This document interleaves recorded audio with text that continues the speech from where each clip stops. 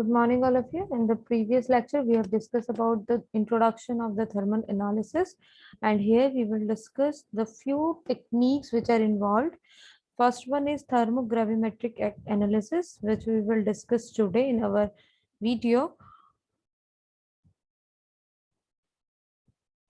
So thermogravimetric analysis, that is TGA, and the principle involved in thermogravimetric analysis, the sample is heated in a given environment, that is air, nitrogen, carbon dioxide, helium, argon, etc. At controlled rate.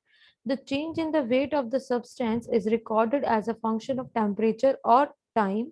The temperature is increased at a constant rate for a known initial weight of the substance, and the changes in the weights are recorded as a function of temperature at different time intervals. This plot of weight change against temperature is called thermogravimetric curve or thermogram. Here is the example TJ curve for AgNO3 silver nitrate. The horizontal portion of the curve indicates that there is no change in weight.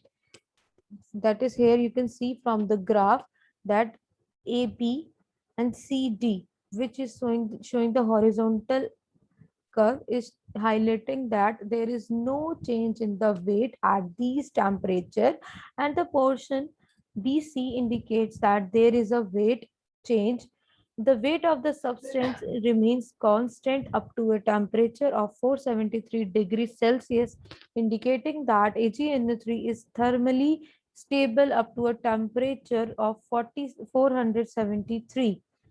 At this temperature, it starts losing its weight, and this indicates that the decomposition start at temperature.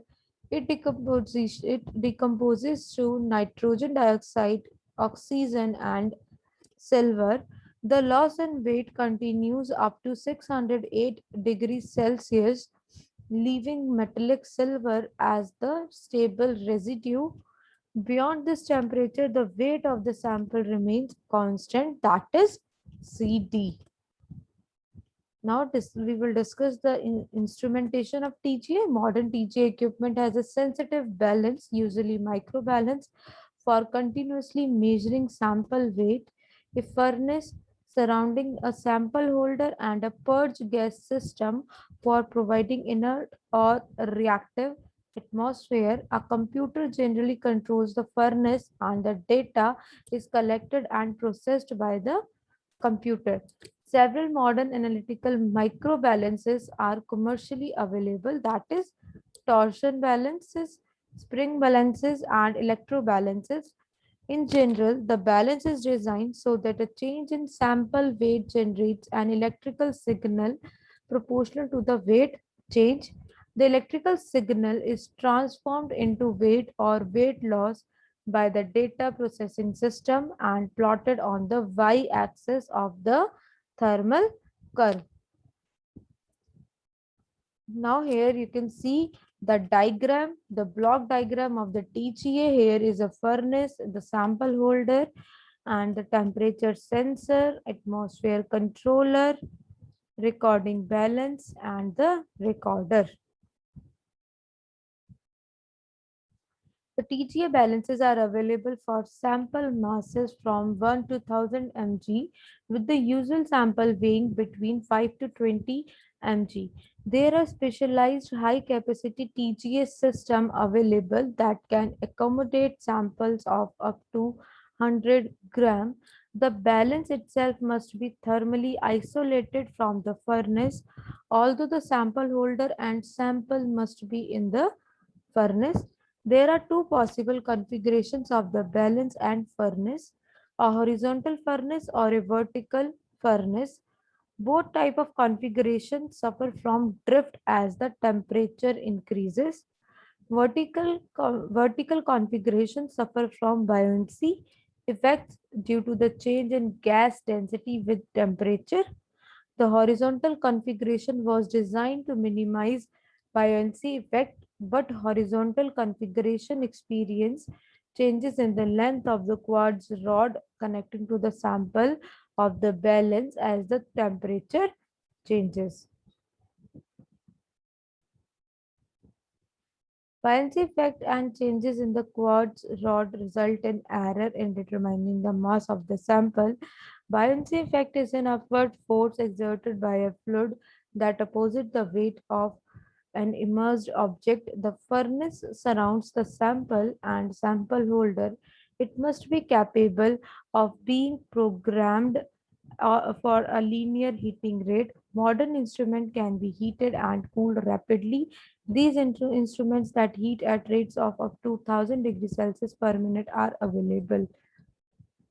The furnace must be able to be purged with the desired gas to provide the correct atmosphere for the experiment and to remove gaseous product from the sample compartment.